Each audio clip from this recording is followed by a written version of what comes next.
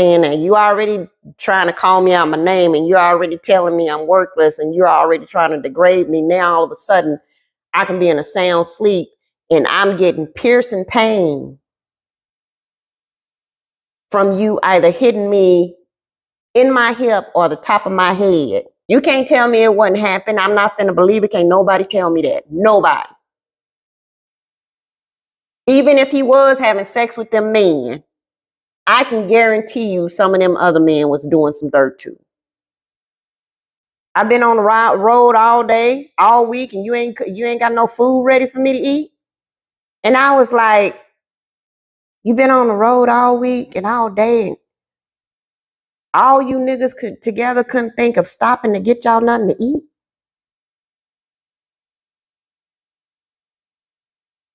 Sounds like you got a problem.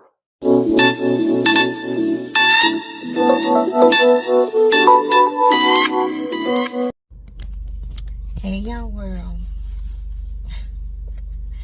Happy Thursday, March 7th. It's about 4:52 in the morning, and your girl is up and out, honey. Look where I'm at.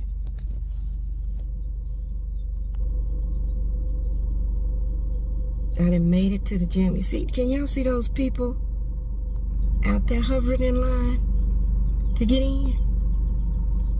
It's crazy. This gym be tripping me out. But I'm here trying to do my thing. I get here early. It don't open until 5, but I try to get here and get my 45 minutes to an hour in. Sorry about that. Get my 45 minutes to an hour in before I log on to work. And to know, kind of understand my routine. I try to come to the gym at least 3 days a week, and then I work out from home at least 3 days a week. So I try to get at least 6 days in. At home is always a low routine. Either I walk the community, or I have a little fitness area in my house that I work out on. But when I come to the gym, of course, I use the ellipticals and the bigger weights and stuff. So they just open. Ooh, they open like 9 minutes early. So I'm finna get up in here and do my thing. Hey, young world. So I made it home from the gym. And this week I was thinking about, actually, it's crazy because I've been watching this trial associated with Nature Boy and carbonation. The little cult that just seems to be all over the place, all over the media, all over social media, all over everything. Everybody is talking about it.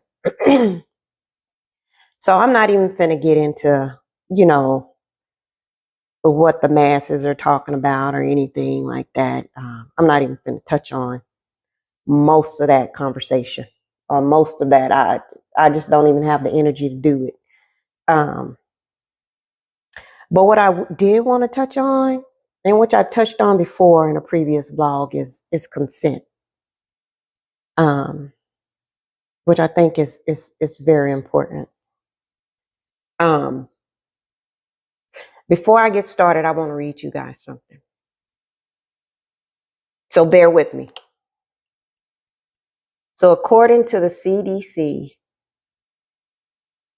1 in 4 women and 1 in 7 men will experience physical violence by their intimate partner at some point during their lifetime. About 1 in 3 women, or nearly 1 in 6 men, experience some form of sexual violence during their lifetime. And then according to NHI.gov, 1 of 4 women and 1 in 6 to 7 men suffer from domestic abuse in their lifetime. 3.6% of men and 7.3% of women were victims of domestic abuse in 2020. I just wanted to make sure I read that to you guys before I start my conversation, because it's the whole trial and the thing just kind of rubbed me the wrong way. And you guys who's been around, y'all know how I get. I'm very passionate. Sometimes I get emotional, and sometimes I just get straight up pissed off. And when I was watching those clips of that trial, the thing that really bothered me was there was a young lady on there who had talked about the one who came up and said that she had been raped. And here's why. I don't know. I haven't dug enough off into it. I don't know. I don't know if in this code, if marriage was really a thing. Like I hear them saying my wife and this, that, and other, but are these people truly married? Have they truly had a legal marriage? Or is this just a bunch of young women and ignorant ass men following one fool, and they just out there just having an orgy?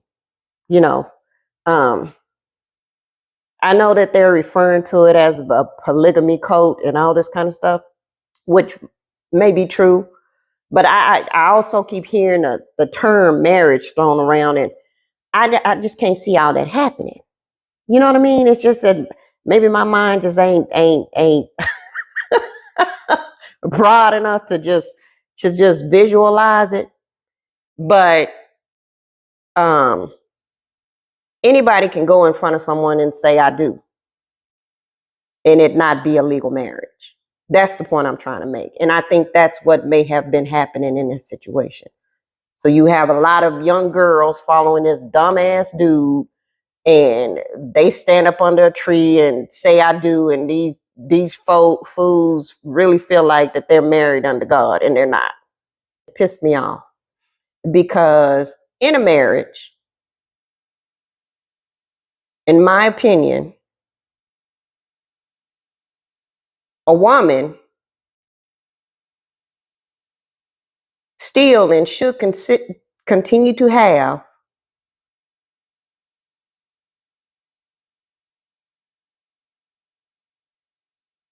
the opportunity to say no if she does not want to have sex with her husband. She shouldn't have to have it all the time if she don't want to, because that's her body. That's her being. And if she don't feel like it, or she don't want to, or she not in the mood, that's her prerogative. And if her saying no influences her husband to go outside, down the street, or around the corner to see Keisha, he wanted to do that to begin with. Let me be real clear. He wanted to do that from the J-jump.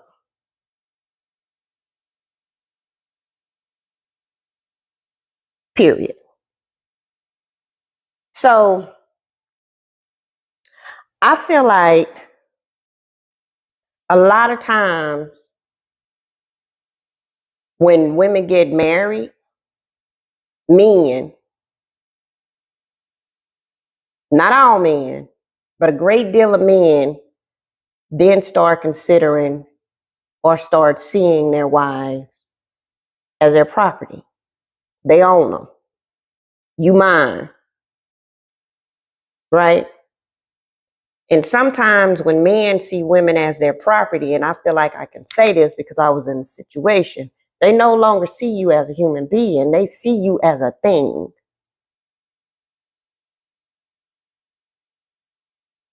And the only way I can make this very clear, crystal clear to people,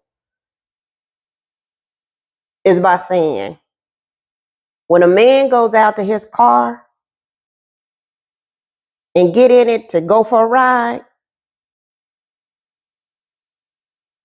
he just does it. Whenever he wants to pick up his phone and make a phone call and talk on it, he just does it.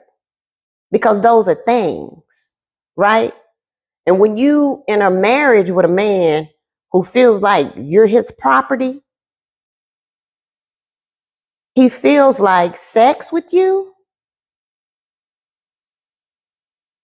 he can just do. He doesn't have to ask anymore. And we have to be very careful as women, because even when you're in a marriage, you can still witness or be a part of or be abused. Like, it happens all the time. And that's where these stats come from. Because these are people who are in relationships and this is happening to them. Right? So I've talked about, in Girl Talk, I've talked about emotional and mental abuse. And I've talked about it so much because that's what I would receive the majority of the time. How someone would talk to me, how someone would degrade me, how someone would call me out my name.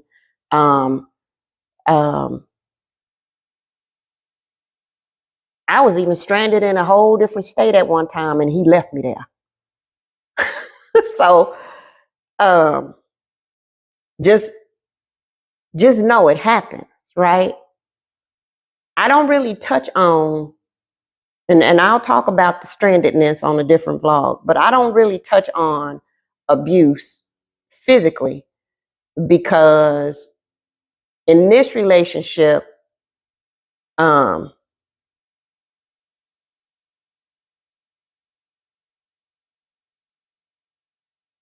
I was never awake when something would happen, right? In this relationship, I was always asleep, like in a sound sleep when something would happen. This was towards the end of the relationship, like, and it happened 2 times. So if you, I know that I skip around my story a lot, but if you go back and listen to some of the vlogs, you'll notice that, and I've even said it, when it comes to abuse, those things escalate. Like, it start off mild, and then it becomes more aggressive. And since I know what it looks like, I'm able to pinpoint it. You know what I'm saying? And you already trying to call me out my name, and you're already telling me I'm worthless, and you're already trying to degrade me. Now, all of a sudden, I can be in a sound sleep and I'm getting piercing pain from you either hitting me in my hip or the top of my head to jar me out of a sleep so you can have sex with me.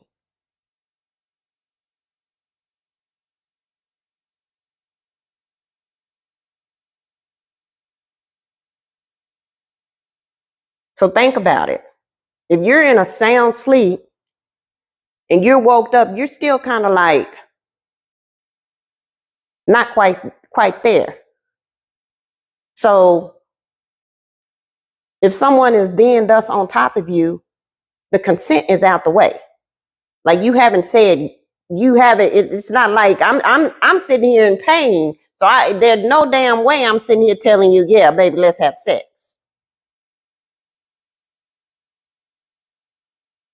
No way that's gonna happen.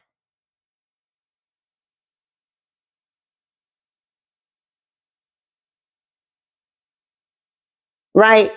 I wasn't in the relationship long enough after that for it to get any further. You know what I'm saying? But I was in a relationship long enough to know that isolation is real.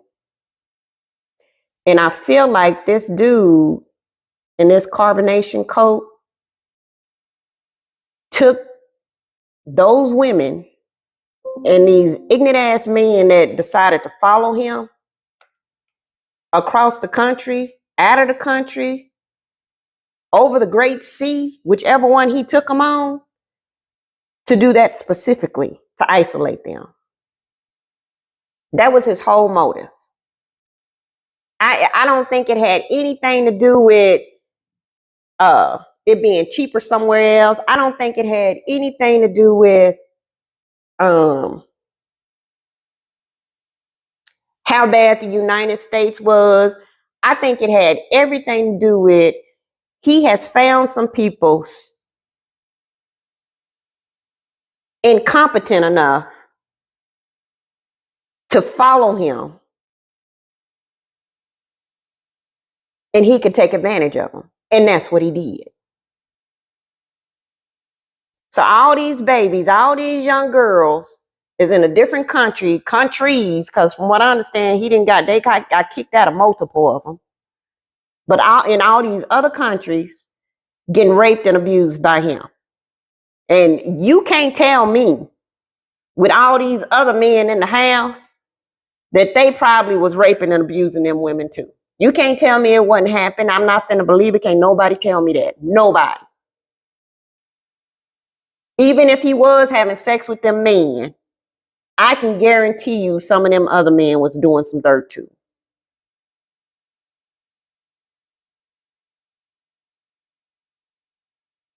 But I feel like he isolated them girls.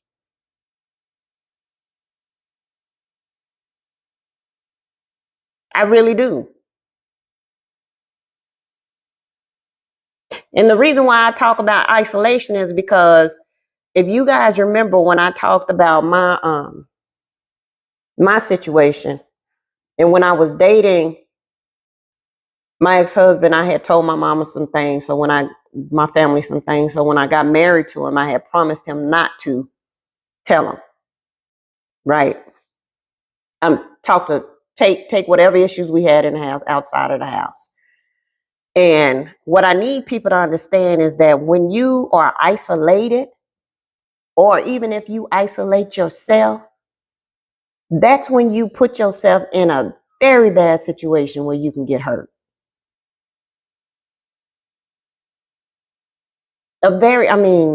Detrimental, where you can get hurt, right? That's why you should always, and I don't give a damn who tell you anything different, you should always keep a line open when it comes to your family, when it comes to the people you love. You should always have that line open so you can talk to those people. You know what I mean? So another way that I felt like I was isolated, besides me isolating myself, was that after we got married, it was maybe 2 weeks after the marriage, we had went to go see his daughter and his grandkids. And when we got there, his daughter had mentioned, "Dad, I didn't know you got married. You told me y'all got engaged, but I didn't know we got married." And when she said that, I was kind of like, hmm? And he looks at me, she lying. I told him. So I let it go. Fast forward few months later, it was his mom's birthday, and we went to go see her. His sister was there and some of his other siblings. And the sister walks up to him and says the same thing. "Big bro, I didn't know you got married. You told us that y'all got engaged, but you didn't tell us you got married." Babe, she lying. I told him we got married. So at this point, I'm like, He didn't want nobody to know that he was married. Nobody. Except for the people that he allowed to come to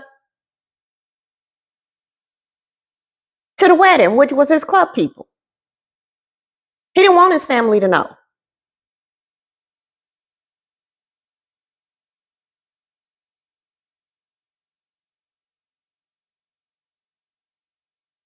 And then, not to mention, it got to the point where he stopped wearing his wedding band. He'd make excuses about how his blood pressure was up, so the band was tight on his finger and all this other kind of stuff. And I'm like, whatever. Dude. You know what I mean? Because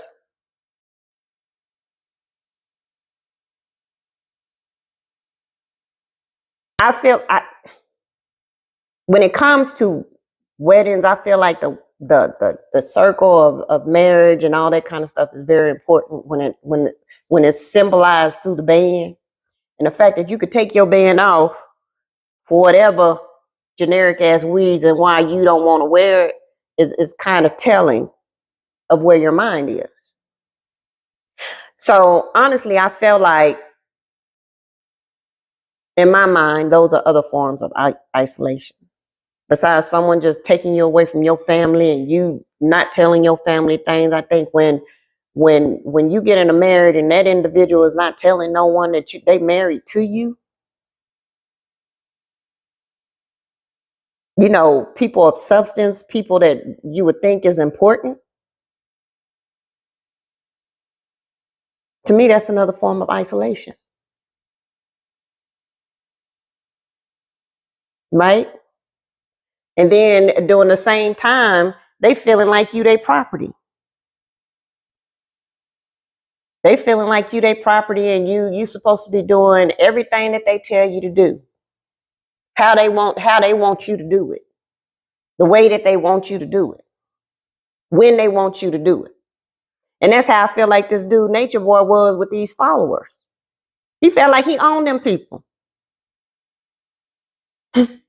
Full control of them people. What they can do, how they could say, how they were supposed to move. Like,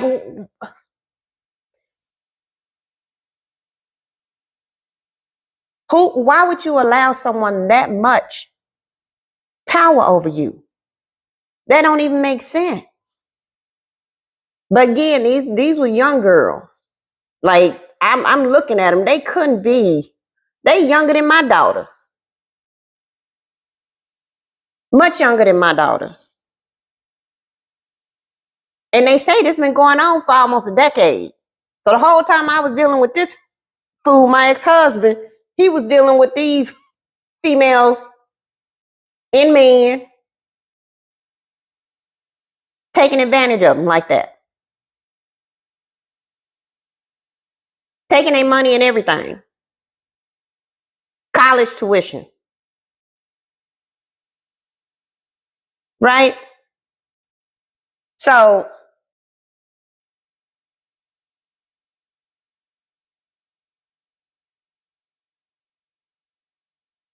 when it comes to like thinking you own someone and the property of someone and all this kind of stuff, and you feel like that individual should do whatever you say, jump whenever you want them to jump, and so on and so forth. I just think I need to make it real clear that that is not what a wife is supposed to do. That is not.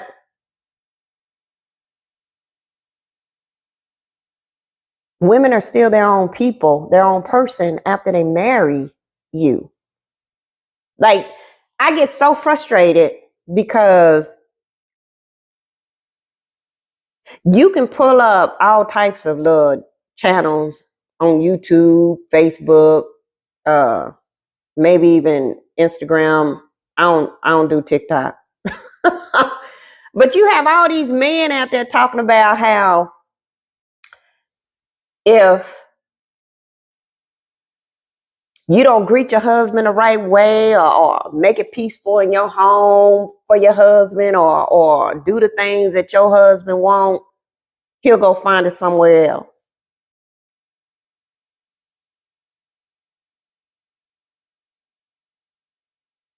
And it irritates me because to me it's like,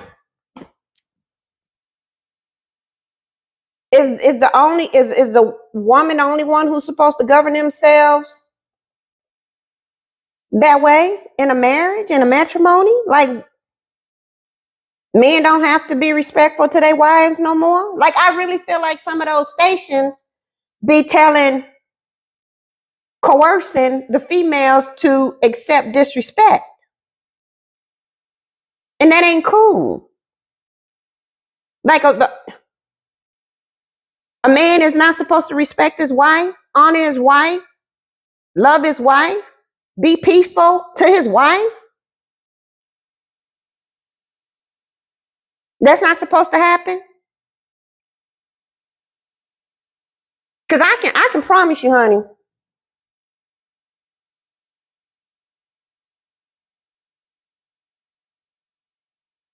and I'll just use this scenario. When I was married to my ex, I was the one who worked.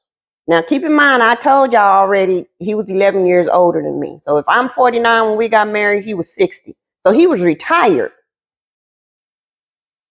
So I'm the only one who worked every day. Every day.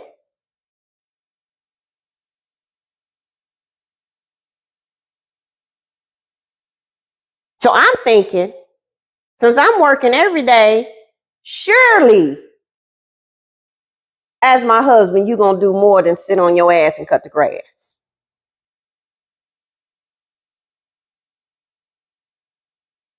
Mm-mm. He still expected everything from me. I couldn't be in a bad mood. I couldn't be tired.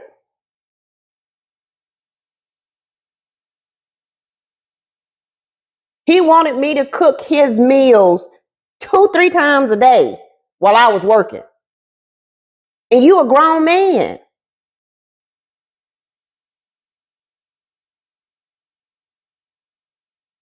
So I'm sorry, if I'm married to a man and he come home from work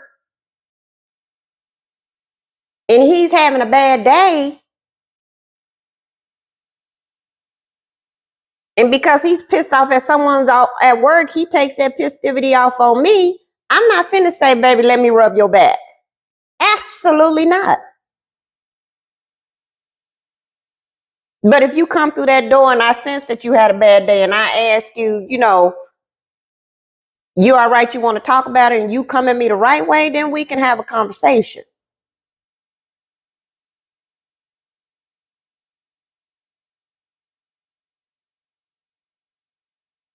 And I think that people, again, need to realize there's a role reversal here going on.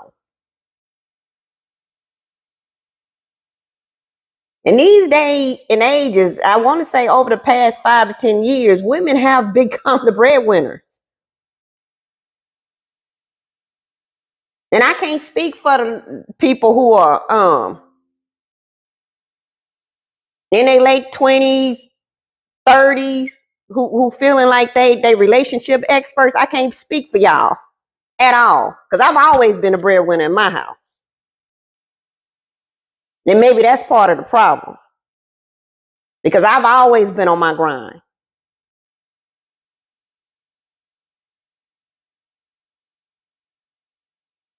I've never,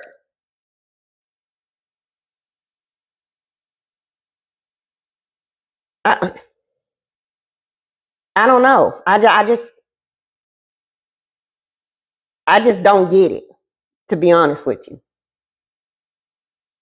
I remember, and then I'm gonna let y'all go. I'm gonna tell y'all a story. Y'all know I always got a story. I always got a story to tell. So y'all gotta wait to the end to get the stories. I always got a story to tell, which comes from my life. You guys know, the majority of you know that I ride motorcycles. And when it comes to me and my ex, that's what brought us together. Our commonality in loving riding bikes. We love riding motorcycles together. It was to me, I felt like when we were on our bikes, that was when we was most in sync when we was riding. Until, later down the line, when he decided to, do his own thing on his bike and get in the club and all this kind of stuff. But when it was he and I feel like that was when we were most in sync. And so when he decided to get into his club and all that good stuff, I was okay with him taking road trips with his club and everything, all that kind of stuff, because I know what the institution of bike life looked like. I get it.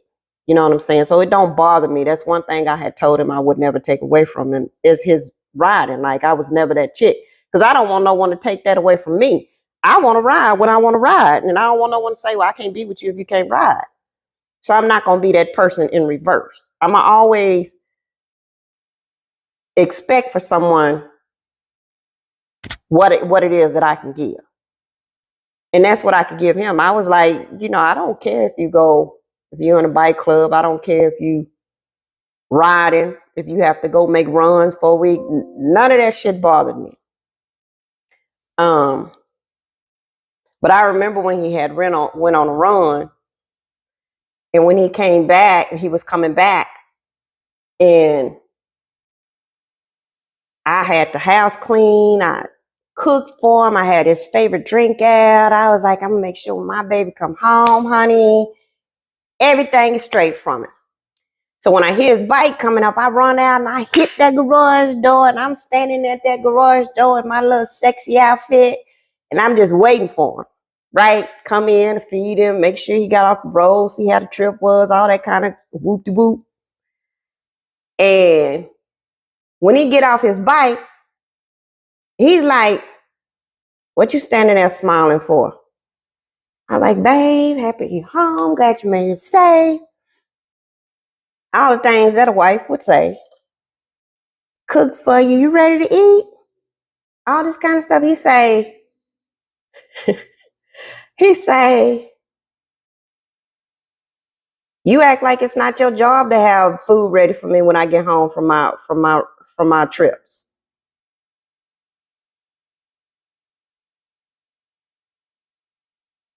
And that's exactly what I did when he said that. I look back, because I'm wondering, who the fuck is he talking to?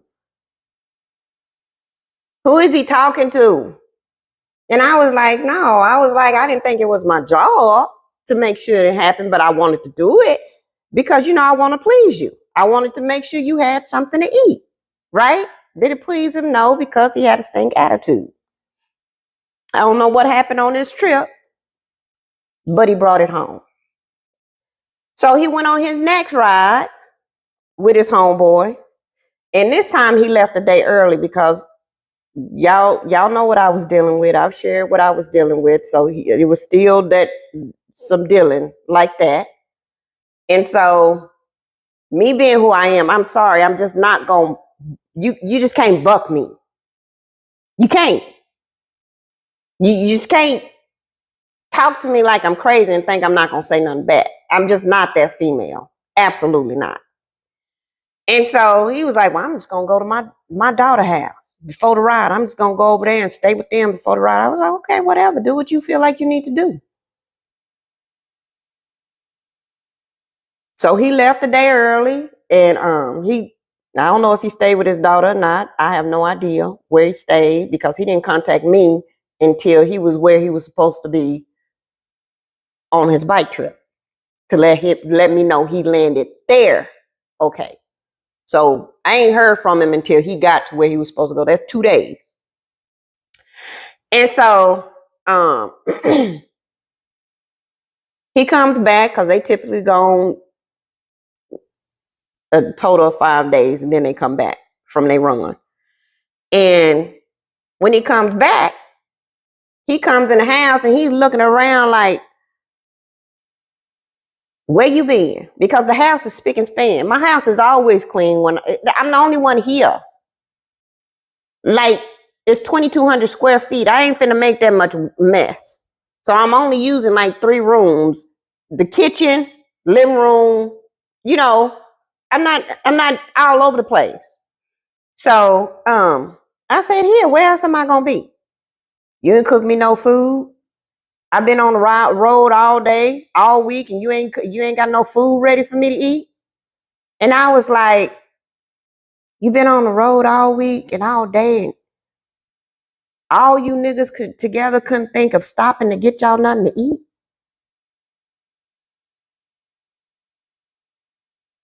Sounds like you got a problem. Because I told y'all, when people do something, I'm not going to instantly gut punch you, but the opportunity is going to open up where I can. And since you didn't appreciate what I did for you when you went on the other road trip, why am I going to do that again? Why am I going to set myself up for failure or neglect by doing it again? If you're going to be pissed off at me, be pissed off at me. Nigga, go find your own food to eat. So granted, when he came back, it was a Sunday. It was a Sunday when he came back. So, you know, restaurants closed early, food area closed early. And he calling me, ain't nothing to eat out here that's worth eating. Not my problem. I'm about to go to bed because I got work to do in the morning.